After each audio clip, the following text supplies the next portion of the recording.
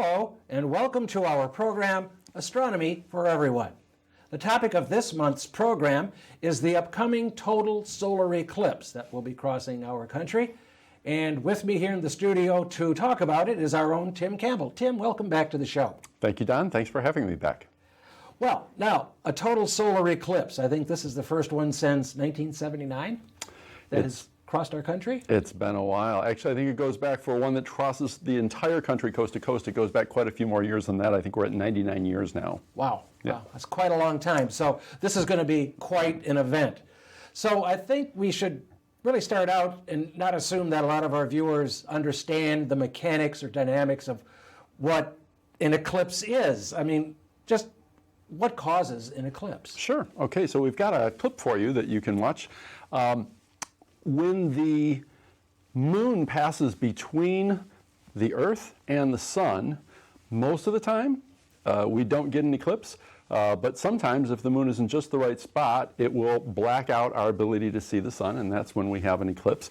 If it happens to be in a place where we can get right in the very center of the shadow, we may see totality, a total solar eclipse, if the moon is a little bit closer to the Earth. If it's a little farther away, we get something called an annular eclipse, which means it's a little tiny ring of light encircles the sun, but this one will actually be total. And we don't get them often, but just occasionally we do.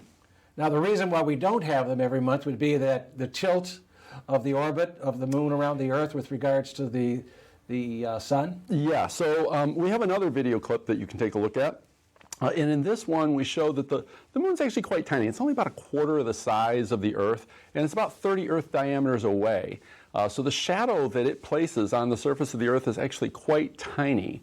And the Earth's orbit goes around the sun in a plane that we call the ecliptic plane, but the moon is not in that same plane of orbit. It's off by about 5 degrees, as you mentioned, and that means that most of the time when the moon goes around, it'll be a little bit too high or a little bit too low. I've got a little model here that we can sort of demonstrate that with, and in this model, I show the moon. Now again, only about 5 degrees, and you can see that I really don't have to move this moon, this stick very much at all.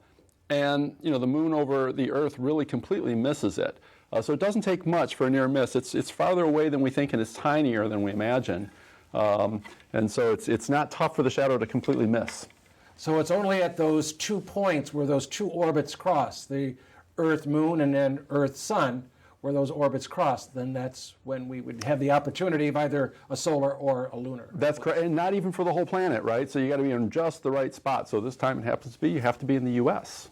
Exactly. We saw in that one video clip, it almost looked like a pinpoint of shadow coming across the United States, right, versus a lunar eclipse where everybody on that side of the Earth can see it. So. Yes, so everybody in the United States will see something if you're in the continental United States. But the path of totality is only about 60 miles wide, about 30 miles either side of the center line, and you're close enough to see totality. If you're anywhere else, you won't see totality. Because that was going to be my next question. Can they be seen everywhere? But it sounds like you've pretty much covered that topic. And really, where would be the best place to be to see this eclipse? So we've got another clip for you, and if you take a look at this, this shows the shadow coming across the country, and you can see it enters through the state of Oregon. It's going to exit through South Carolina.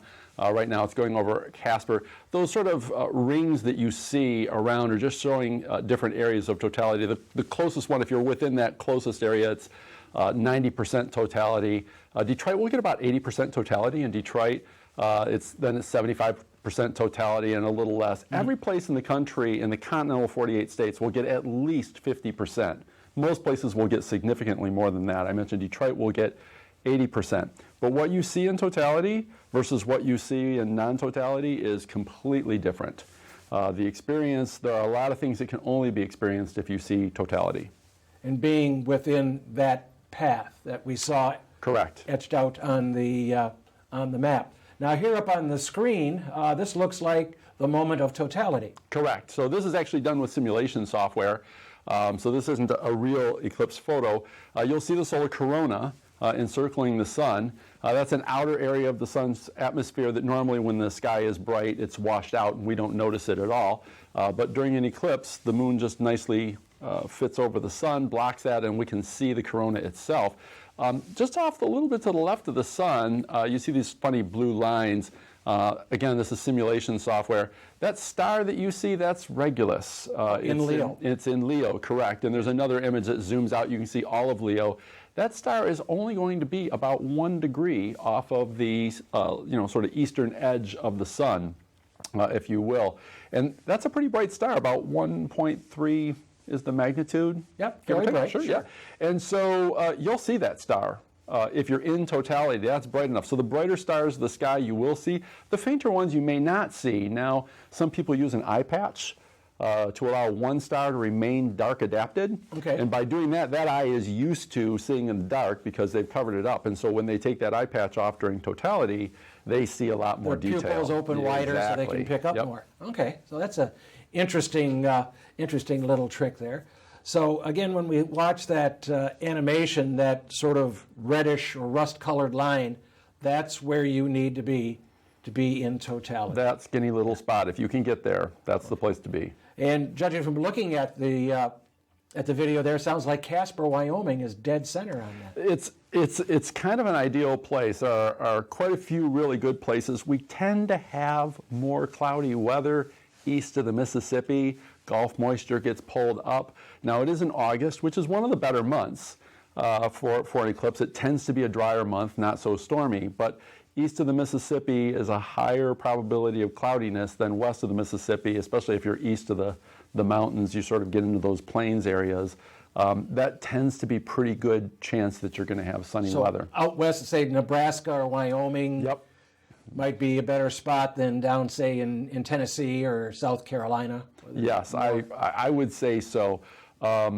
It's hard to get places. Hotels are typically gone. Campgrounds are typically gone. So the new technique that people are doing is trying to find a place that's not in the path of totality but near, and then maybe they'll try and drive onto the path of totality early in the morning before the eclipse happens. Now, we've talked about it coming up. Have we mentioned a date for this yet? Yeah, so the date is August the 21st. Everywhere in the United States, it'll all happen on the 21st. I have the times displayed. If you're not going to leave Detroit, you won't see totality. You'll see about 80%. So you'll still see a bit of the sun slicing through. It'll start for us here just after 1 o'clock, and then at about 3:45-ish, it'll all be over. So you get about, about 2 hours and 45 minutes. For the entire event from end to end. Right. And the maximum eclipse would be approximately 2:30 when we would be at that 80% maximum for here in Correct, Southeast yep. Michigan. Okay, very good. Also, by the way, August 21st is a Monday, in case anybody's wondering. Yep. Add an extra long day for your weekend to be able to check out the eclipse. So, again, if folks are thinking of trying to find a spot under the path of totality, it sounds like they're pretty much out of luck at this point in April of 2017. I'm told there are a few places available if you are going to agree to opportunistic pricing. Ah, yes, that's a good way of putting it, I think. Yep, okay, we're running the video again. Looks like Eclipse Kansas City and St. Louis, but now we're getting east of the Mississippi. And I think the point of maximum totality, isn't that in Kentucky? I think that's right. I don't have it marked on that. But yeah, so there's a place where you get just a fraction more time. Everybody gets a little over 2.5 minutes for most places, but some places will just get a fraction of a few more seconds. Okay, but it wouldn't vary that much. But No, it's not that much. Now, what does make it vary is if you are not on the center line. So as you start to go toward the edge of that 60-mile band of totality, as you get to the edge, then it starts to get reduced time. Okay. All right. So we've talked about what an eclipse is. We've really gone over the dynamics of it for folks who might not be clear just about how that works, and the fact that you need to be in a very specific place along a certain path to be able to view this eclipse. Again, much different than a lunar eclipse, which is viewable from just about everywhere. Sure, and safe, right? And much safer, much safer. And we're going to be talking about viewing safety in the second part of the presentation here. So it seems like this would be a good spot to take our break. If you have any questions, you can send us an email. The address, as always, is down at the bottom of your screen. So we do like to hear from you. And coming up next, we have Term of the Month with Stephen. So stay tuned for that. And once Stephen is done, we'll be right back with more of our upcoming total solar eclipse. The term of the month for April 2017 is syzygy. This comes from the ancient Greek word meaning yoked together. And the definition is 3 astronomical objects that are in a line. For example, during a lunar eclipse, the sun, the earth, and the moon. Or during a solar eclipse like this summer, the sun, the moon, and the earth. And if that's not good enough for you, it makes a great hangman word. Syzygy, term of the month. Thanks, Stephen. Welcome back, folks. We're continuing our discussion about the upcoming total solar eclipse that'll be happening this coming August, I should say. And again, with me is Tim Campbell from the Ford Club. Now, Tim, what can we expect to see? Oh, so what you can expect to see all depends on where you are. If you are not in the path of totality, what you'll see is the moon just sort of taking a bite out of the edge of the disk of the sun, and it'll increase. But before the eclipse ever becomes full, it'll start backing away again. It'll basically swing around to the far side. You can see we've got a video showing it now. If you look at the right side of the screen this time, you'll see the moon is basically taking a bigger and bigger bite. This is played at a very accelerated rate. And then it'll sort of swing around below the sun, so you won't actually see that totality moment there. So the moon will be just slightly off to one side. Because you do have to worry about safety when you look at the sun. You will at all times, if you're not in totality, at all times you'll need to worry about eye safety, and we'll talk about that shortly. If you are in totality, however, quite a few interesting things happen, and some of them start happening even before totality arrives. So, maybe 30, 40 seconds before totality arrives, if you look around at anything that's giving good shadows on the ground, a piece of white poster board, or a white piece of fabric, or a white car, for example, look at the white, and as the totality is starting to approach, you'll see these things we call shadow bands, and the sun will start giving these ripply shadows, textures that will start to appear, kind of like if you're looking at the bottom of a swimming pool and you're making waves on the surface just gently, you'll see the shadow of those waves on the floor of the swimming pool. You'll see that happening that as totality same type gets of close. effect? Yes, and it just sits there and ripples. It looks really cool. It's not something we normally see, caused by the atmosphere, and that's coming up just before totality begins. And then around the 9 seconds to maybe 7 seconds before totality begins, another effect happens, which is what we call the diamond ring effect. So here's an image of it. The sun almost seems to be, the moon, seems to be encircled in almost some light with a really bright glow right off to one edge, and that's the spot where the moon hasn't quite completed covering up the sun. And they call that the diamond ring effect, and if you imagined a ring with a stone in it, with a hole, and that's why they call that the diamond ring effect.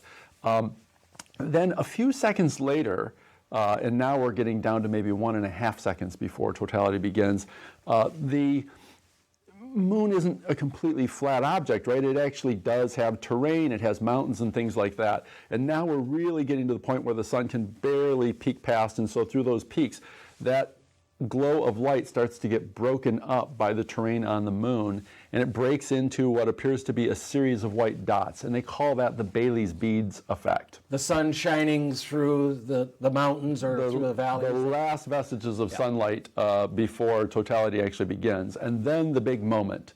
By the way, if you can stand on a high hill before all of this happens, you may see racing across you, coming at around, I want to say it's 1,500 miles an hour, my speed might not be correct, racing toward you come these shadows of the moon. You'll see it again as totality leaves, racing away from you. You might not notice it if you're at ground level, but if you happen to be on a hill. Seeing off Yes. into a distance, just to see that coming. In the same way that you can see the shadow of clouds as they approach, if you can see the Earth, you'll see the shadow of the moon. So then you get the big moment of the solar corona. So that when totality actually finally occurs, you see this solar corona. It's an outer area of the sun's atmosphere, and it has this massive amount of energy. What's strange is the surface of the sun is about 6,000 degrees Celsius, and yet the solar corona is many millions of degrees, many times hotter than the surface itself. And it's an area that we normally can't see because of the blue sky, but you can see it during a total solar eclipse. You get that. Now, this is an image taken by someone that required a lot of camera exposures to put this together. You probably won't see an image that looks like this with your eye. What you'll see is the part that's closest to the sun. That will be visible to your eye. But this spread out that we see here, this is time-lapse photography. This is many exposures. You need about 12 different exposures to be able to capture all that detail. There is a trick of using the eye patch. It takes about 40 minutes to completely dark adapt your eye to the darkness, but in about 20 minutes you're most of the way there. So they suggest about 30 minutes before totality, put an eye patch on. Okay. You can see with one eye, the other eye is now getting dark adapted. So when totality actually occurs, you take that eye patch off, and that eye will now be much more sensitive. You'll see more corona with that eye. You'll see a lot more stars in the sky with that eye. The pupil will have opened up a lot. Yes, exactly, because you're sort of using that cheat. Totality is only about 2 minutes long, and it takes about 20 minutes to dark adapt. Yeah, so you're not going to get it just waiting for the totality. Right, and then after that, you see all of those effects again, except in reverse. So you'll start to see the Baily's beads appear, the diamond ring effect for a second time, going out the other way, and then you'll finally see the moon ultimately receding away. And of course, as totality ends, you may see the shadow racing away.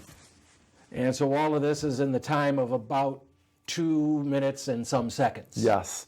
I think the greatest duration, depending on where you are, I want to say it's around 2 minutes and 40 seconds, give or take. Totality, okay. Yeah, for totality. Not everybody will get that. Some places, even if you're on the center line, the western states and the eastern states, that area near Kentucky that you mentioned, they get that. Shave a couple of seconds off for those places. So you only get a couple of minutes. Those who have experienced it say it just, even though 2 minutes, if you're really counting it out, would seem like a lot of time, it seems like a blink of an eye. Just caught up in the moment, it's sort of an ethereal effect. I have never seen one, so I've had other people describe it as you have described it. For most people, this will be their first time. Now, we talked about looking at the sun during totality, if you're in that path of totality. How do we view a solar eclipse safely? Okay, so, and this is an important topic. I never talk about the sun without bringing up the safety topic. You're not supposed to stare directly at the sun. I talk to middle school students from time to time, and I ask them, how many of you have been told not to look at the sun directly? And of course, all of them raise their hands, and then I ask them, how many of you looked at the sun directly in spite of being told that you're not supposed to do this? And of course, almost all of them raise their hands again. So why aren't they blind? Right? They should be blind. It turns out looking at the sun for a second or two is probably not going to harm your eyes. It's looking at the sun for many seconds that's harmful. I can't give you an amount of time because eye doctors will say, depending on your eye conditions, that time can be very different for many people. So, so we do still want to say never look at the sun directly with the unaided eye. At least not with your last remaining working eyeball. Okay. Make sure that one is still good. So you want to make sure you're using proper eye protection. Now there's two things you can do. You can look at it directly if you have proper eye protection that's designed specifically for looking at the sun. And I'm very careful about that. People will, I'll use 3 pairs of sunglasses stacked on top of each other. Not even close. No. Right? It needs to be something that's designed for safe viewing. So this is a very inexpensive piece of cardboard. I happen to order this one from Thousand Oaks Optical. It looks like a sort of black piece of plastic. And in fact, if I did this in the planetarium, I took a flashlight to try and shine it through, and you actually could see the light shining through the cardboard, but could not see it through the part that's actually supposed to be transparent. And it's a special type of plastic. It's a special type of plastic. This is solar film. It blocks the sun's energy, both in the visual spectrum as well as in the infrared, which our eyes can't see, but the sun is still perfectly capable of damaging your eyes that way. There are no pain receptors in your eye, so as you're doing this, you don't know that you're damaging your eye. Also, the effect is not immediate. I'm told it can take 24 to 48 hours before the damage really starts to set in, and so you think you got away with it, and then you wake up a day or two later and realize something is very wrong. So make sure you use something like one of these. I brought these along. These are similar. These come in various sizes, and you can see that this one is a little bit larger than this one is a little bit larger than this one. They come in all kinds of diameters. And this has solar film in it. They also have solar glass versions as well. And the idea behind one of these filters is that you cap them over the front of a telescope. If you have a telescope, you can get small ones for binoculars. You can even get them sized to cap over photographic camera lenses. Interesting. If you wanted to do that. You can also get this in sort of a pair of cardboard fold-up sunglasses that you put on. It does filter out 99.999%, so only one photon out of every 100,000 makes it through. Oh. If you don't have this, you need to use an indirect viewing method. A common technique is 2 pieces of cardboard, a sheet of paper on one side, piece of aluminum foil, cut a small hole in the other one, put a piece of aluminum foil over it, and carefully put a pinhole in it, and you'll get the projection of that crescent sun on the sheet of paper if you do that. Kind of like a pinhole camera. Yeah, a projection system, if you will. Now, in our few remaining moments, for somebody who's a first-time viewer, should they try and image this, or should they just sit back and enjoy the moment? So I will be imaging it, which is really to say I will not be imaging it. A computer will be doing all of the work controlling my camera. I plan to have a good time. We warn people that if you get your head buried in the camera, there are so many things you have to do with the exposures. You're probably not going to get it right your first time, and then you're probably going to ruin it. And now you didn't experience it firsthand. Because you're looking down at your Because you were messing with equipment. So we recommend if it's your first time, don't try and do photography. There's a lot of education you'd want to do before you try and use a camera. And you can get a lot of really sweet pictures off the internet, too. Yeah, exactly. And some of them are free commons, too. Yes, exactly, as many of the ones that we just displayed are. So again, we want to reiterate, please be very careful when you do this. Again, proper protection, eye protection, or use the projection method, or watch it on the internet. It'll be perfectly safe that way. Now, I do want to thank Tim for coming in and presenting on this upcoming topic. And if you have any other questions or would like some more information, you can go to our club website. The address is down there at the bottom of your screen. So again, Tim, thank you again for being on the program. And thank you for having me. You're welcome. And coming up next, as always, is Stephen with What's Up in the Night Sky.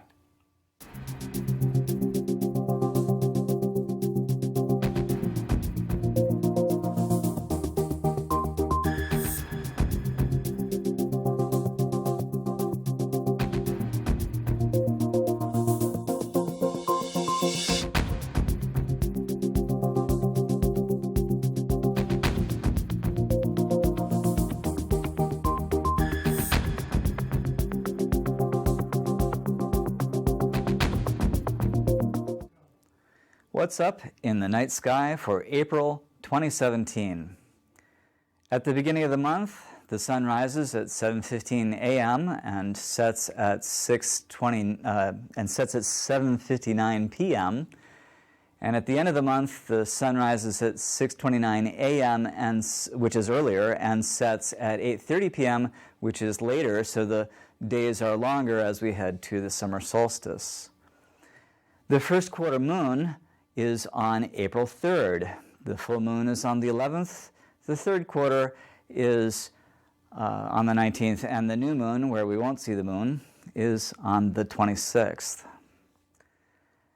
Now, we've got an image here with Venus and other planets on the 15th of the month at 6 a.m. So these are rising planets. Venus is in Pisces. At the beginning of the month, its magnitude minus 4.1, which is quite bright. It rises at 8:16 a.m. And at the end of the month, its magnitude minus 4.4, which is even brighter, about as bright as Venus gets, and it rises at 4:53 a.m. These are all, of course, Michigan times near Detroit. Neptune is magnitude 8. Remember, positive numbers are dimmer, so you'll need at least binoculars for this. To magnitude 7.9, Neptune has been in Aquarius for some time. It rises at 6:18 a.m. and then at 4:26 a.m. by the end of the month. Pluto, which is an astoundingly dim magnitude 14.2 in Sagittarius, rises at 3:38 a.m. to 1:44 a.m. by the end of the month. Saturn, a respectably bright magnitude 1.2 in Sagittarius, rises at 2:09 a.m. to 13 minutes after midnight a.m. Saturn is always a great look, so anytime, almost any time in the morning after midnight, it should be great.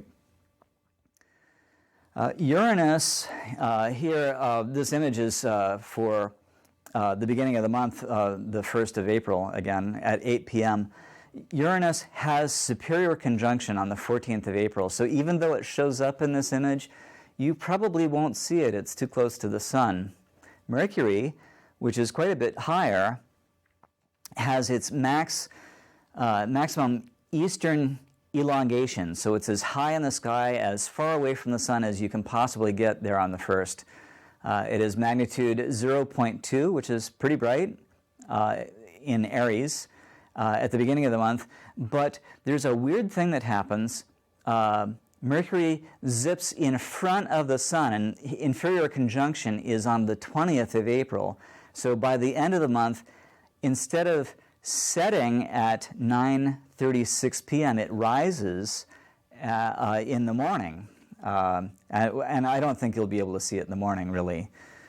Mars is magnitude 1.6 to magnitude 1.8 in Aries, and then to Taurus by the end of the month, it sets at 10:50 p.m. to 10:40 p.m. So it doesn't move much because Mars is moving in the same direction that the Earth is, and it's just one out. Jupiter, shown here on the 1st of April, is at opposition, so it's basically up all night long on the 7th of April. And it is as bright as it gets, magnitude minus 2.3 or minus 2.2, so not as bright as Venus. And that's what's up in the night sky for April 2017.